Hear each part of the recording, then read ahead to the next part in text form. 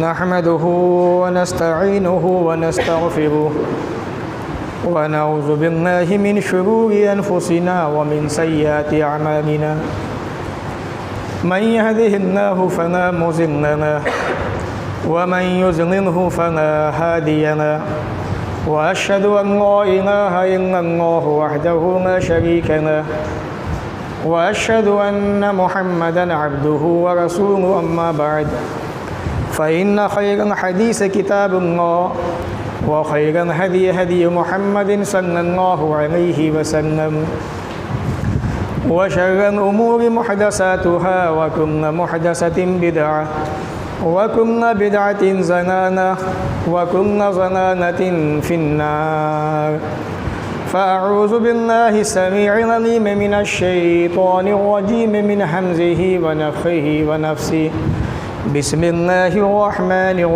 रहीम व इज़ा सअलका इबादी अन्नी फ़इन्नी क़रीब उजीबु दअवतद दाई इज़ा दआनी फ़ल्यस्तजीबू ली व लियु'मिनू बी लअल्लहुम यरशुदून।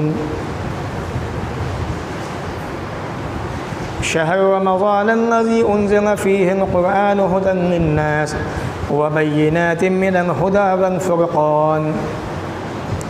रब्बि इश्रह ली सदरी व यस्सिर ली अमरी वहलुल उक़दतम मिन लिसानी यफ़क़हू क़ौली।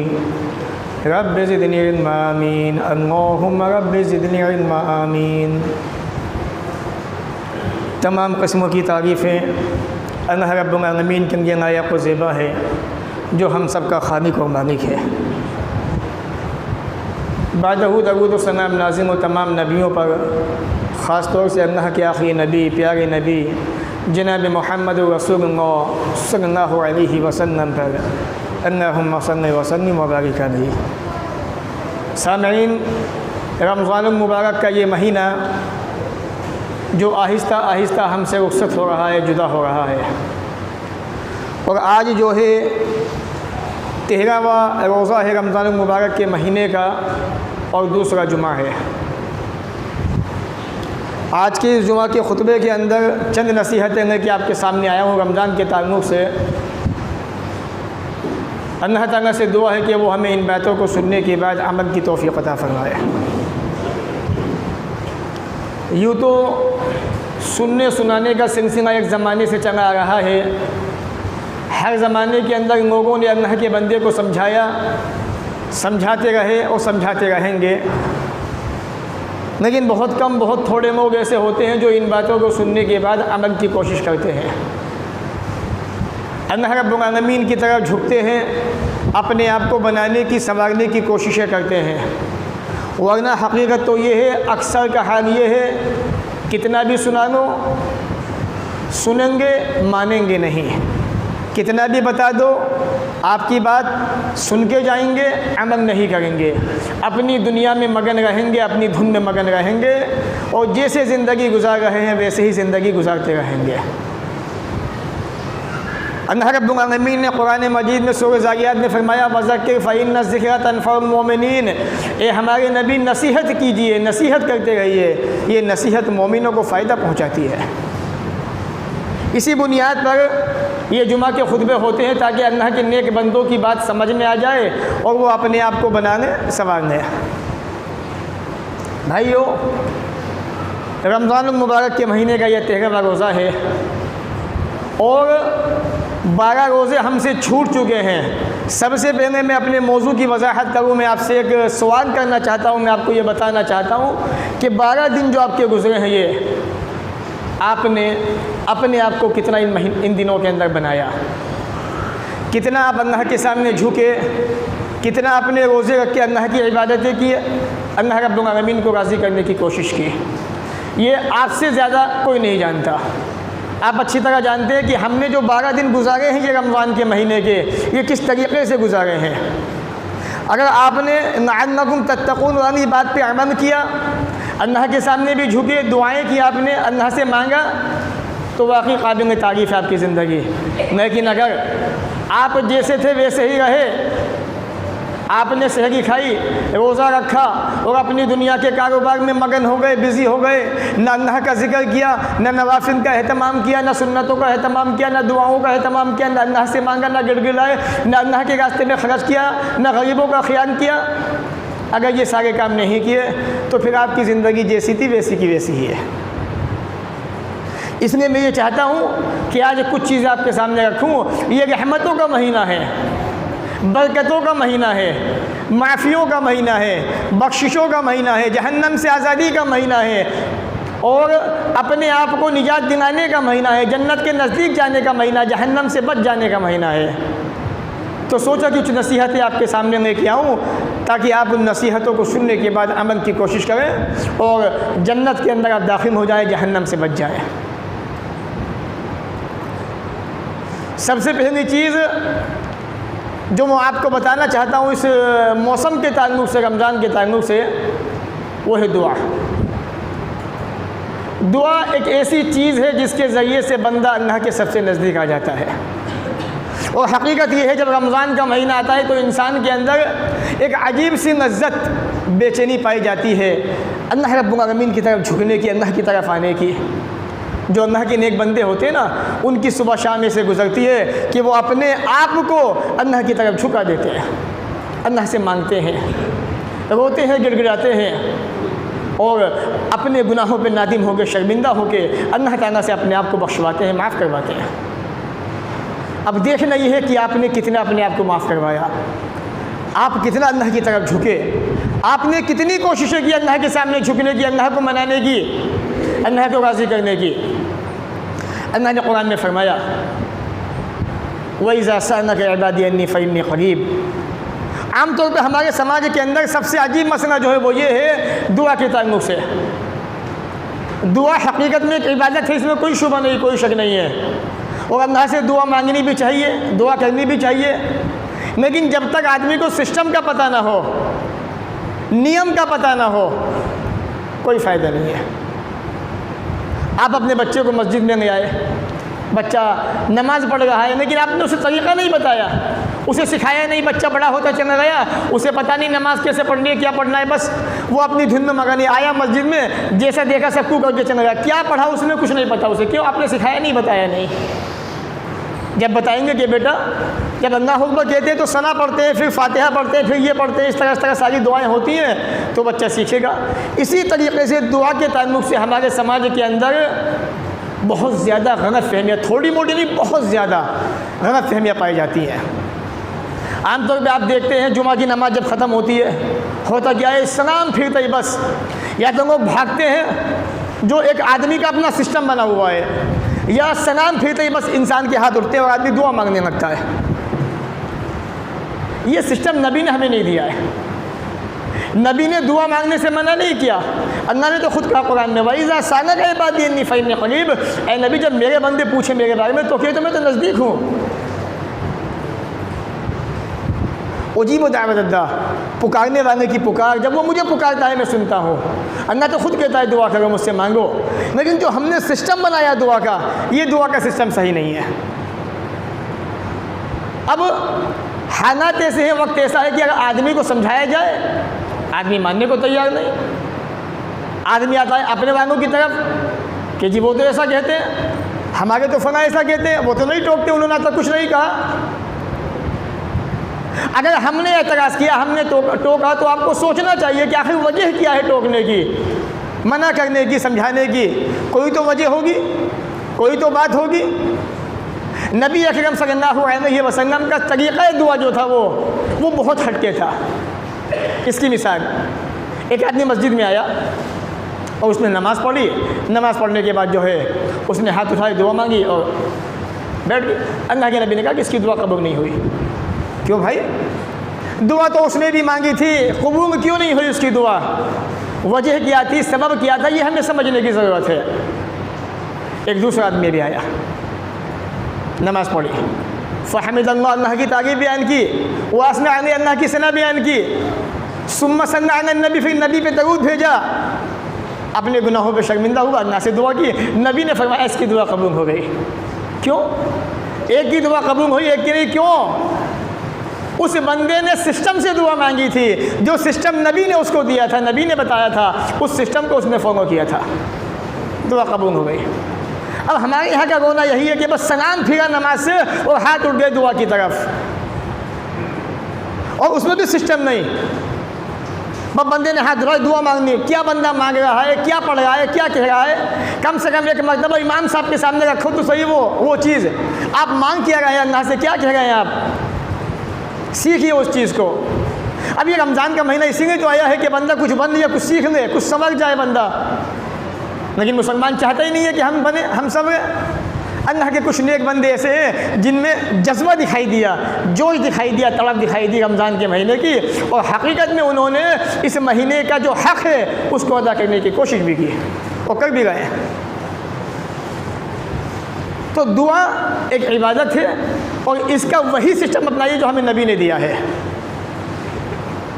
आगे चलिए, अल्लाह के नबी जनाब मोहम्मद रसूलुल्लाह सल्लल्लाहु अलैहि वसल्लम फरमाते हैं, कभी कभी ऐसा होता है कि इंसान दुआ मांगता है, दुआ के बड़े फ़ायदे हैं, लेकिन जब सिस्टम को अपनाएंगे आपके पास सिस्टम है, आप कामयाब हैं। मिसाल के तौर पे हिंदुस्तान के अंदर मुसलमानों की कितनी बड़ी आबादी है, लेकिन फेल है मुसलमान, क्यों?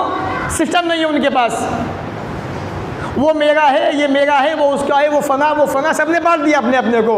यहाँ तक कि नौबत यहाँ तक आ गई, अगर मुसलमानों के किसी शहर में 50 कॉलोनी आबाद है, 50 बस्ती आबाद है, 50 मस्जिदें हैं बस्ती के अंदर, हर इमाम ने अपनी बस्ती को बांट दिया, ये मेरा मुक्तदी है, वहाँ नहीं जा सकता, ये इसका कॉन्ट्रैक्ट मुझसे है, मुझसे जुड़ा हुआ है, ये मेरा मुक्तदी है। कंडीशन ऐसी बना दी। सिस्टम नहीं है, सिस्टम होता तो दुआएं भी कबूल होती, हम एक भी होते। अल्लाह के नबी ने क्या फरमाया सल्लल्लाहु अलैहि वसल्लम, सुनन तिरमिज़ी हदीस नंबर 2813, इन्ना दुआ यनफ़उ मिम्मा नज़ल व मिम्मा लम यनज़िल फ़अलैकुम बिद्दुआ इबादल्लाह। दुआ, आई हुई मुसीबत, आप मुसीबत में है, परेशानी में है, मुसीबत आपके पास आ चुकी है, कारोबार से आप परेशान हैं, घर से आप परेशान हैं, और तबीयत ख़राब है आपकी, आप बीमारी में मुब्तला है, परेशान हैं, आप पे मुसीबत आ चुकी है। दुआ उस मुसीबत के अंदर, व मिम्मा लम यनज़िल, अभी मुसीबत आने वाली है, एक मुसीबत फोकस किए हुए आपके ऊपर, आप पे अटैक करना चाहती है मुसीबत आने वाली है, उसने टारगेट आपको बना दिया है मुसीबत ने, लेकिन आपको नहीं पता, आपने अपने हाथ दुआ की उठा दिया अल्लाह की तरफ, उस दुआ की बरकत की वजह से मुसीबत तो ख़त्म हुई, वो आने वाली जो मुसीबत थी, जो आप पे अटैक किए हुए थी, आपको मारना चाहती थी या आप पे हमला करना चाह रही थी, वो मुसीबत भी आपकी टल गई दुआ के करने की वजह से। इसलिए नबी ने फरमाया फ़अलैकुम बिद्दुआ इबादल्लाह, अल्लाह के बंदो दुआ को लाज़िम पकड़ो। अब दुआ तो कर रहे हैं, लेकिन सिस्टम नहीं है। जब तक सिस्टम को नहीं अपनाएंगे, सिस्टम को फॉलो नहीं करेंगे, दुआ काबिल कबूल नहीं होगी आपकी। दुआ को, सिस्टम को अपनाना पड़ेगा अगर ये चाहते हो कि दुआ हमारी काबिल कबूल हो। कभी कभी होता क्या है, इंसान दुआएं मांगता है और आदमी एक लंबे ज़माने से दुआ मांग रहा है, पता नहीं क्या बात है, हमारी दुआ कबूल नहीं होती। आदमी जो है लोगों से जिक्र भी करता है, तस्करा भी करता है, पता नहीं ऐसा क्यों है, अल्लाह ताला हमारी दुआ कबूल नहीं करता, हम मांगते हैं, और वो बंदा मायूस होकर दुआ करना ही छोड़ देता है। वजह, उसे सिस्टम नहीं बताया गया, उसने सिस्टम को फॉलो नहीं किया, सिस्टम बताया जाता उसे। अगर हमारे जो कायद है, जो रहनुमा है, जो लीडर है, जो जिम्मेदार है, जो मस्जिद के ओहदेदार हैं, अगर वो सिस्टम बताते अपने मुक्तदियों को, अपने मानने वालों को, अपने पीछे नमाज़ पढ़ने वालों को, वो बंदा मायूस होता ही नहीं किसी कीमत पर, उदास होता ही नहीं, दुआ मांगना छोड़ता ही नहीं वो बंदा। नबी अकरम फरमाते हैं, जब एक मुसलमान बंदा दुआ करता है, अब अल्लाह ताला 3 चीज़ों में से एक चीज़ देता है उसको, लेकिन उसे नहीं पता। उसे तो ये पता है बस हर फ़र्ज़ नमाज के बाद दुआ मांगनी है तो मांगनी है, बस ये उसूल बना दिया गया है। कितनी भी मांग लो दुआएं, जब तक नबी का सिस्टम नहीं अपनाओगे, फॉलो नहीं करोगे, अल्लाह की कसम दुआ कबूल हो ही नहीं सकती, क्योंकि नबी ने खुद कहा है। तो जो दो आदमी मस्जिद में आए थे, मैंने ये बताया आपको कि एक की दुआ कबूल हुई, एक की नहीं हुई, वो इसीलिए एक ने सिस्टम को अपनाया, एक ने सिस्टम को नहीं अपनाया। 3 चीज़ें अल्लाह ताला एक चीज़ देता है, या तो उसकी दुआ को जल्दी कबूल फरमा देता है, या उसकी दुआ को आखिरत में उठा के रख देता है, ए मेरे बंदे, जो चीज़ तू मांग रहा है दुनिया के अंदर मैं तुझे दे सकता हूँ, मुझे कोई रोकने वाला नहीं है, लेकिन मेरे बंदे ये चीज़ तेरे लिए दुनिया में नहीं आखिरत में बहुत ज़्यादा बेहतर है, इसलिए मैंने उसको उठा के रख दिया आखिरत के लिए। या अल्लाह ताला उसी के मिस्ल आपकी बुराई को ख़त्म कर देता है। ये 3 चीज़ें हैं, लेकिन बंदे को नहीं पता नहीं क्या बात है। अल्लाह तो मेरे सुनता ही नहीं है, अल्लाह सबकी सुनता है। जो हज़ारों को पूज रहे हैं उनकी भी सुनता है, जो लोगों को सता रहे हैं उनकी भी सुनता है, जो अपनी पेशानी को गैरुल्लाह के सामने टिकाते हैं उनकी भी सुनता है, वो गैरों को भी देता है, सबको देता है, वो सब की सुनता है। वो ये अक़ीदा करना, ये गलत फहमी पैदा करना कि सुनता ही नहीं है, ये गलत है। ये या तो वो आपकी दुआ कबूल फरमा लेता है जल्दी, या आपकी उस दुआ को जो आप मांग रहे हैं एक लंबे टाइम से आखिरत में उठा के रख देता कि बंदे वहाँ दूंगा मैं तुझे, यहाँ कोई फ़ायदा नहीं है इस दुआ का, या उसी के मिस्ल बुराई को ख़त्म कर देता है। सही तरगीब व तरगीब हदीस नंबर 1633। ये दुआ कोई मामूली चीज़ नहीं है, बहुत बड़ी चीज़ है। ये इसे समझने की ज़रूरत है। इसे अब जो हमारा सिस्टम बना हुआ ना, दुआ ये नहीं है, ये दुआ नहीं होती, ये फॉर्मेलिटी होती है। ये फॉर्मेलिटी बनाने के, ये दुआ नहीं है ये कि बस सलाम फिरा और हाथ उठा लिए। पहले नबी की तालीम पढ़िए, आप सीखिए। आप सीखना चाहते ही नहीं है, आपको बताते हैं, आप तो बस ये सोचते हैं कि नहीं बस हम ठीक है, हम जो कर रहे हैं वो सही है। नहीं, नबी की बात सही है, किसी की बात सही नहीं है। आप कितना अपने आप को सही कहें, आप कितना अपने आप को अच्छा माने, मैं नहीं मानता आपको अच्छा, मैं नबी को अच्छा मानता हूँ, नबी की तालीम को अच्छा मानता हूँ, नबी के सिस्टम को अच्छा मानता हूँ। क्यों? कामयाबी उसी के अंदर मौजूद है। नबी अकरम सल्लल्लाहु अलैहि वसल्लम सलाम फिरने के बाद क्या पढ़ते थे वो आप पढ़ते ही नहीं है। आप तो अपना हाथ उठा लेते हैं और फिर कहते हैं दुआ कबूल नहीं होती। दुआ कबूल होगी आपकी, आप सिस्टम को अपना के तो देखिए। आफियत क्या होती है? बंदा जब आफियत की दुआ करता है उसका मतलब ये होता है कि अल्लाह मुझे हर मुसीबत से, हर परेशानी से, हर बला से, हर दुख से, हर दर्द से, मेरी बॉडी को भी, मेरी आँखों को भी, मेरी कानों को भी, मेरे चेहरे को भी, हर एक चीज़ को महफूज फरमा। ये आफियत होती है जो हम नहीं मांगते, कभी मांगते ही नहीं है। शायद आपने कभी मांगी हो, मुझे नहीं लगता। एक तजुर्बा बता रहा हूँ मैं आपको, एक अंदाज़ा बता रहा हूँ मैं आपको। अल्लाह के नबी ये दुआ मांगते थे, अल्लाहुम्मा आफ़िनी फ़ी बदनी, अल्लाहुम्मा आफ़िनी फ़ी बसरी, अल्लाहुम्मा आफ़िनी फ़ी समी, ला इलाहा इल्ला अंता। अल्लाह ये बदन जो तूने बनाया है इसमें आफ़ियत दे। आफ़ियत का माना क्या? हर मुसीबत से मुझे बचा गए।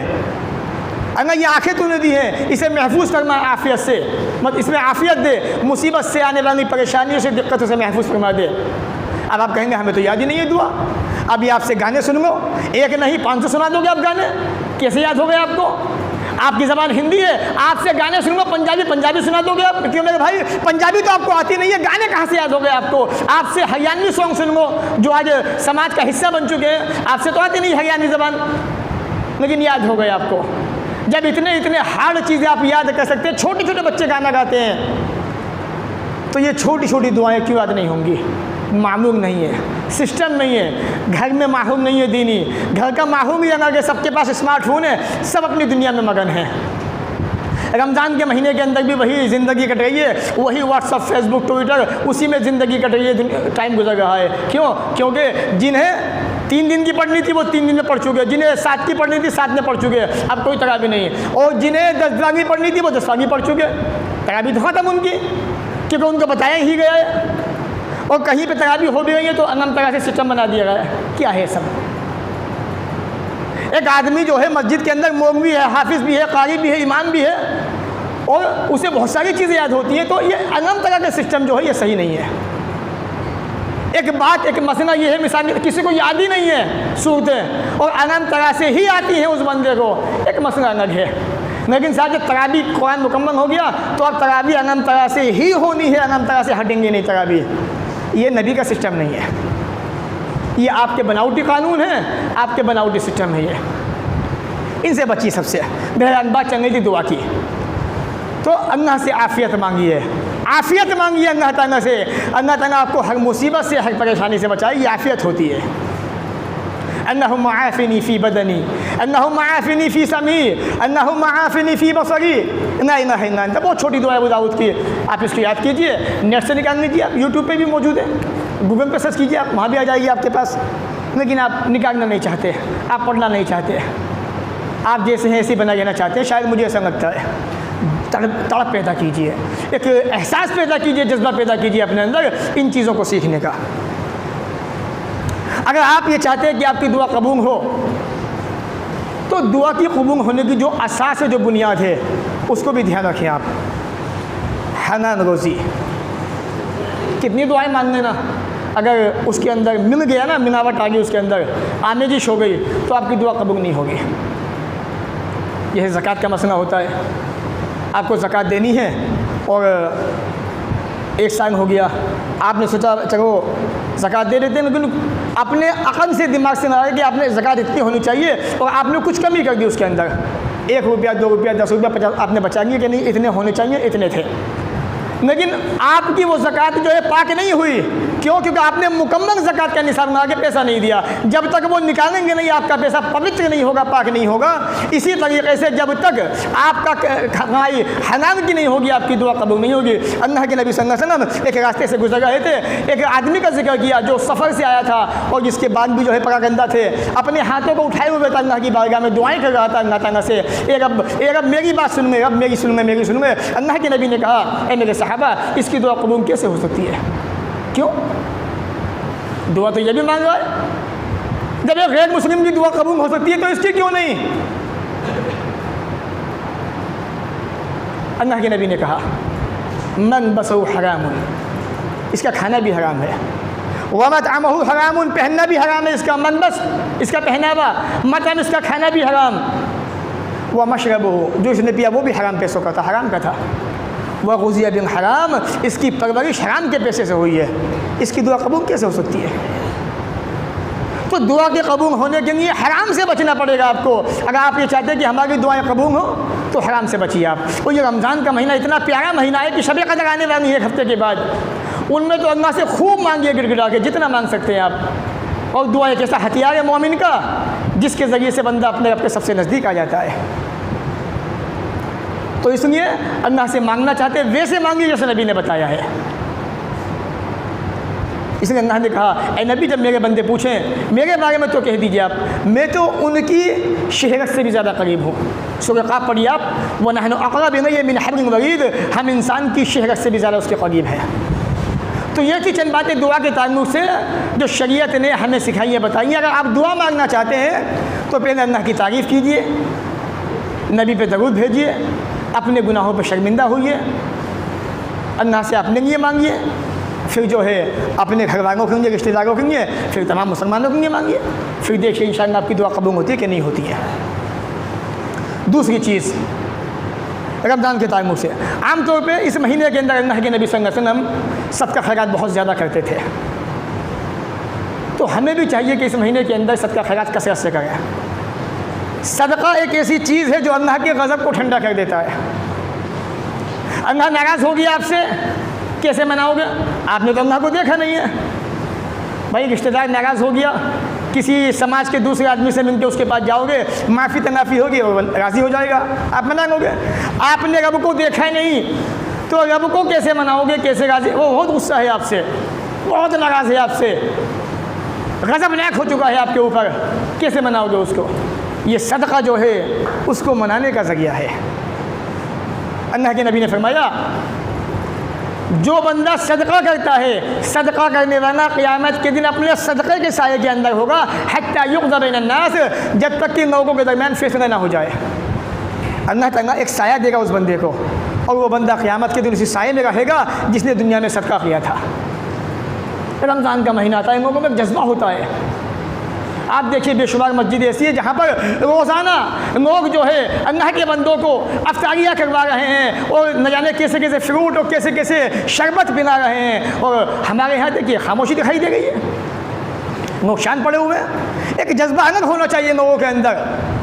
अगर आदमी रमज़ान के महीने में अल्लाह के रास्ते में खर्च नहीं कर सकता तो कब देगा अल्लाह के रास्ते में? भाई 11 महीने तो वैसे ही वो हाथ झाड़ लेता है, एक महीना ही ऐसा आता है जिसमें बंदा कुशादा हो जाता है, बंदे का सीना चौड़ा हो जाता है कि मैं भी अल्लाह के रास्ते में खर्च करूँगा, मैं भी अल्लाह के बंदों को खिलाऊँगा। अगर इस महीने में नहीं खिला सकते तो कब खिलाएँगे आप? कसरत से अल्लाह के रास्ते में खर्च कीजिए, गरीबों का ध्यान रखिए, पड़ोसियों का ध्यान रखिए। अल्लाह के नबी ने फरमाया सदका जो आदमी करता है वो अल्लाह के अर्श के साए के नीचे होगा क़यामत के दिन। अगर आप भी चाहते हैं कि आपको अल्लाह का अर्श का साया मिले क़यामत के दिन, तो अल्लाह के रास्ते में सदका खैरात कीजिए। आप जितना भी अल्लाह ने आपको दिया है, मान लीजिए आप ज़कात के आप पे ज़कात फ़र्ज़ नहीं है, लेकिन सदका तो आप दे सकते हैं। सदका दीजिए अल्लाह के रास्ते में, और सदका देने से तो अल्लाह का गज़ब ठंडा होता है, अल्लाह राज़ी होता है, मुसीबतें टलती हैं, परेशानियाँ ख़त्म होती हैं। तो आप क्यों ना करें सदका, इसलिए सदका कीजिए। तीसरी चीज़ ज़कात। ज़कात का जो सिस्टम है उसको अपनाइए। अगर आप ज़कात के बारे में कंफ्यूज हैं, नहीं जानते हैं, तो उम्मा से मसला पूछिए ज़कात कैसे देनी है। आपके पास 750 में सोना है, उस पर आपकी ज़कात फ़र्ज़ है, ज़कात दीजिए। 52 तोला चांदी है, उसका वज़न कीजिए, ज़कात फ़र्ज़ है आपके ऊपर, एहसान हो चुका उस पर। 52 तोला चांदी की मिक़दार के बराबर आप पे रकम मौजूद है, आप पे पैसा मौजूद है, 2.5% निकालिए उसके ऊपर। आप कारोबार करते हैं, बिज़नेस करते हैं, अपना मजमूई साल का निसाब जोड़िए। मजमूई तौर पे पिछले साल से इस साल तक आपका कितना बनता है, उसका मांग जोड़िए, कितना रखा हुआ है, सारे मांग पर आप ज़कात दीजिए। ये सिस्टम शरीयत ने हमें दिया है। हम लोग बहाने बनाते हैं, बहाने तराशते हैं कि हम पे तो ज़कात ही नहीं है, हमारे पास तो इतना है, ऐसा है वैसा है, और बहाने बना बना के ज़कात को ख़त्म कर देते हैं। याद रखिए, अगर आप ज़कात नहीं देंगे आज, आप अल्लाह के सामने पेशी होगी, क़यामत का दिन होगा। यौम युहमा फी नारि जहन्नम फतगवा बिहा जिबाहुहुम व जुनूबहुम व ज़ुहूरुहुम हाज़ा मा कनतुम लिअनफुसिकुम फ़ज़ूक़ू मा कुंतुम तकनिज़ून। ये तुम्हारा पैसा, ये रुपया, ये दौलत, ये सोने चांदी जिनको आज तुम जमा किए हुए हो, जिसकी ज़कातें नहीं देते हो, इनको जहन्नम की आग में तपाया जाएगा और तुम्हारे ऊपर डाल दिया जाएगा। इसको बर्दाश्त कर सकते हो?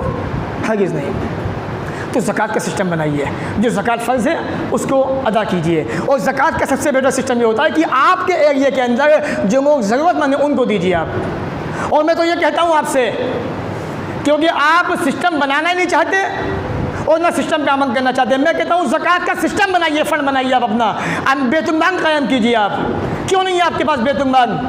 इतनी बड़ी तादाद है आपकी, दूर से दूर तक जहाँ निगाह हो आप ही आप दिखाई देते हैं, आप पे ज़कात का सिस्टम है क्यों नहीं? आपकी तादाद इतनी होने के बावजूद भी आपकी बिरादरी, आपकी जमातें मांगती हुई दिखाई क्यों देती हैं? लोग हाथ फैला क्यों नज़र आते हैं? सिस्टम नहीं है आपके पास बेतुल-माल का। और मैं एक बात और बता दूं आपको, बहुत से लोग पैसे वाले, मेरा तजुर्बा है ये, वो चाहते हैं कि लोग हम मांगने आए हमारे पास और बार बार चक्कर काटें, तब हम देंगे उनको। बेतुल-माल कायम हो, ज़िम्मेदार बने उसके, मेंबर बनिए उसके, और जिस पे ज़कात फ़र्ज़ है अपना बंदा वहाँ भेजिए, जाइए उनसे ज़कात लेके आइए। नहीं देते सख्ती कीजिए, उनका बस छीनिए ज़बरदस्ती उनसे ज़कात, ये उनका हक़ नहीं, हमारा हक़ है ये बेतुल-माल का। ये क्यों नहीं देगा ज़कात? वो ज़कात किसी का हक़ नहीं है। किसी, मान लीजिए आप पे ज़कात फ़र्ज़ है, अब जो ज़कात फ़र्ज़ हुई है वो आपका पैसा नहीं है, वो गरीबों का हक़ है, वो आपसे छीना जाएगा ज़बरदस्ती वो। और लोग चाहते हैं कि मांगने वाले हमारे पास बार बार आए। इसका मतलब ये है कि आपकी नीयत अच्छी नहीं है। आप दे तो रहे हैं, आपका देना बेकार है अल्लाह के रास्ते में, आपका खर्च करना बेकार है अल्लाह के रास्ते में, क्योंकि आपके अंदर दिखावा आ गया। और दिखावे की जहाँ तक बात है ना, सुनन तिरमिज़ी की सही मुस्लिम की वो हदीस कि अल्लाह ताला जहन्नम को सबसे पहले किन से भड़काएगा? जब क़यामत का दिन आएगा, जहन्नम किससे भड़केगी सबसे पहले? 3 इंसानों से। पहला कारी, जो कुरान को बड़े अच्छे अंदाज में पढ़ा करता था दुनिया के अंदर, ताकि लोग मुझे कारी कहें। आज यही तो होता है, रमज़ान का महीना जब आता है ना, तो कंपटीशन होते हैं हाफिज़ों के, वो अपनी अच्छी आवाज़ दिखाता है, वो अपनी आवाज़, और 10 दिन में गायब। कहाँ गए? आए थे, गए, गायब हो गए वो। अब उन्हें ढूंढिए चिराग लेके, 12 महीने तक आपको दिखाई नहीं देंगे। जब फिर मौसम बाहर आएगा तो सबसे पहले वही दिखाई देंगे आपको। कारी कुरान, जो दुनिया में दिखावे के लिए कुरान को पढ़ा करता था, सबसे पहले जहन्नम में इसको फेंका जाएगा। लोग कहते हैं हाफिज़ कुरान तो जहन्नम के अंदर 70 आदमी को लेके जाएगा, 70 घरों की मग़फ़िरत हो जाएगी, ऐसा हो जाएगा, वैसा हो जाएगा, अपने आप को बचा ले बेचारा वो। ये बहुत बड़ी बात है। लोग पता नहीं किस गलतफ़हमी में जी रहे हैं। हाफिज़ कुरान का मर्तबा है, अगर वो अच्छा है तो उसके माँ बाप को ताज पहनाया जाएगा क़यामत के दिन। अल्लाह ताला इज़्ज़त का ताज पहनाएगा माँ बाप को उसके। ये बहुत बड़ी फजीलत है। लेकिन कब? जब वो हाफिज़ कुरान जो है किताब व सुन्नत का पाबंद होगा, नमाजी होगा, परहेज़गार होगा, दीनदार होगा, उसने अपनी दुनिया की ज़िंदगी अच्छी गुजारी होगी, उसने कुरान को पढ़ा होगा अल्लाह रब्बुल आलमीन के रज़ा के लिए, दिखावे के लिए नहीं, तो जन्नत में जाएगा। अब लोग कहते हैं हाफिज़ बना दो, बेड़ा पार हो गया 40 घर तक का, बस्ती के अंदर अल्लाह की रहमतें आएंगी। और वह हाफिज़ कुरान जुआ खेल रहा है, शराबें पी रहा है, बदमाशियाँ कर रहा है, बस मौलवियों ने कह दिया तो हो गया, मेरे नबी ने नहीं कहा। हम नहीं मानते ऐसी बातों को। क्यों? क्योंकि नबी ने कहा नहीं तो हम मानेंगे नहीं, नबी कहते तो मानते भी। पहला इंसान जिससे जहन्नम की आग को भड़काया जाएगा, हाफिज़ कुरान। दूसरा सखी, अल्लाह के रास्ते में देने वाला। क्यों भाई? अल्लाह के रास्ते में देगा, जहन्नम में जा रहा है सबसे पहले। वजह क्या है? इसीलिए दिखावा कर रहा था, मेरे पास पैसा है, लोग मुझसे मांगेंगे, आओ मेरे पास। साहब आपने बहुत पैसा सुना है, हम बहुत परेशानी, दे दीजिए। कहना आइएगा, आ गया मैं, हम बिजी हैं, परसों आइएगा। है तो दे दीजिए। वो आपसे आपका पैसा नहीं, अपना हक मांग रहा है वो आपसे, उसका हक है वो ज़कात जो है। अब वो आपका हक नहीं है, लेकिन आप उसको अपना समझ गए हैं और उसको परेशान कर गए हैं। सज़ा तो मिलेगी आपको, भुगतना पड़ेगा आपको क़यामत के दिन। इसलिए जो सिस्टम नबी ने दिया है उसको अपनाइए। तीसरा इंसान अल्लाह के रास्ते में जिहाद करने लगा, इतना बड़ा मकाम मर्तबा, अल्लाह के रास्ते में जिहाद, फिर भी जहन्नम के अंदर। वो हदीस याद है ना, अल्लाह के नबी ने एक आदमी को देख के कहा था कि साहब ने कहा अल्लाह के नबी फला आदमी तो बड़ा बहादुरी से मर गया, जहन्नम के अंदर जाएगा। कहा जहन्नम? नबी ने कह दिया, नबी की ज़बान ने कह दिया जहन्नम के अंदर तो जाएगा, जहन्नम के अंदर। अब साहबा कहते हैं इतनी बहादुरी से मरने वाला इंसान जहन्नम में कैसे जा सकता है? साहबा पीछे पीछे हो गए, ज़ख़म आए, बर्दाश्त नहीं कर पाया, आत्महत्या कर ली, गया जहन्नम के अंदर। और एक वो इंसान जो दिखावे के लिए लड़ता है, जैसे वो वाक़या हज़रत अली का, एक आदमी से लड़ रहे थे हज़रत अली, तो हज़रत अली काबू पा गए उसके ऊपर, उसको मार नहीं मारने थे, उसने थूक दिया आपके ऊपर, आप पीछे हट गए।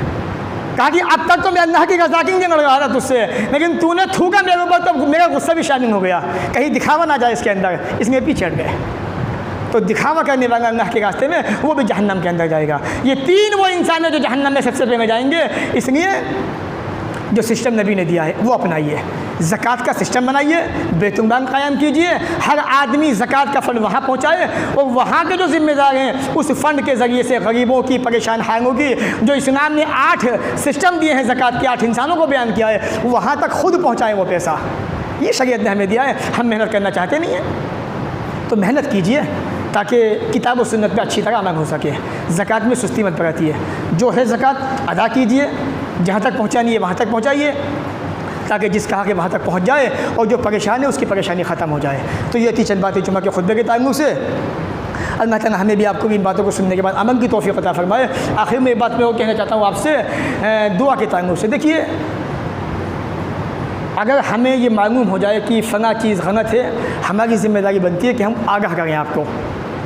अगर हम नहीं बताएंगे, हो सकता है कि क़यामत का दिन आए, आप कहें तो हमारे इमाम साहब आपने तो बताया नहीं था हमें, आप हमारा गिरबान पकड़ लेंगे और ज़बरदस्ती हमें घसीट के जहन्नम के अंदर फेंक देंगे, इतनी मेहनत करने के बाद भी। हमारे यहाँ पे जो दुआ पढ़ी जाती है रोज़े के अफ्तार के वक्त, ये दुआ साबित नहीं है। अल्लाहुम्मा कसम तो वब का अमन तो वाने का तवक्कल तो वाना रिज़्क़ का अफ्तार, तो ये हदीस की किसी किताब में मौजूद नहीं है दुआ, ये बनावटी दुआ है। ये मैं नहीं कह रहा, आप तहकीक कीजिए, मैं आपको सिस्टम दे रहा हूँ, आप तहकीक कीजिए, मना नहीं करता मैं आपसे, आप तहकीक करें। अगर कोई आपसे ये कहता है कि हाँ दुआ साबित है, तो उससे हवाला ज़रूर निकालिएगा, मुझे ज़रूर दिखाइएगा कि हदीस की कौन सी किताब के अंदर मौजूद है, अल्लाह के नबी सल्लल्लाहु अलैहि वसल्लम ने किस मौके पर दुआ बताई थी। इससे मिलती जुलती एक दुआ साबित है, लेकिन वो भी हदीस सही नहीं है। अल्लाहुम्मा कसम तो वाना रिज़्क़ का अफ्तार तो, अबू दाऊद की हदीस है, हदीस नंबर 2358। हदीस ज़ईफ़ है। ज़ईफ़ क्यों है मैं आपको समझा दूँ ताकि आप किसी को समझा सकें। एक ताबई किसे कहते हैं? ताबई कहते हैं उस आदमी को जिसने ईमान की हालत में सहाबा से मुलाकात की हो। किससे मुलाकात की हो? सहाबा से। इसी हाल में उसकी मौत हुई हो। ताबई कहता है कि अल्लाह के नबी सल्लल्लाहु अलैहि वसल्लम ये दुआ पढ़ते थे। क्या कहता है? अल्लाह के नबी। ताबई ने देखा तो सहाबी को है, तो नबी का नाम कैसे कह दिया उसने? जब ताबई ने नबी को देखा ही नहीं है, तो ताबी कह रहा है कि अल्लाह के नबी सल्लल्लाहु अलैहि वसल्लम ये दुआ पढ़ते थे, वो ये कह रहा है। सहाबी कहता है ये बात, तो बात मानी जाती है। तो ताबई सहाबी को छोड़ के डायरेक्ट अल्लाह के नबी का नाम लगाए, और ताबई ने अल्लाह के नबी को देखा नहीं है, तो बात मानी जाएगी? आप खुद बताइए।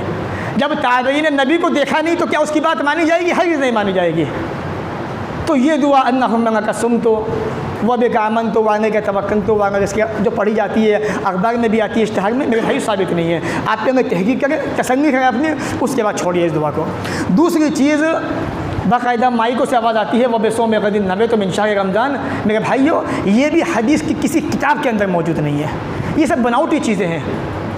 आप तहकीक कीजिए। आप क्यों नहीं करना चाहते तहकीक? आप कौन सी वजह आपको मना कर रही है? हम कह रहे हैं कि हदीस से किसी किताब में दुआ मौजूद नहीं है, ये बनावटी दुआ है। नियत क्या है?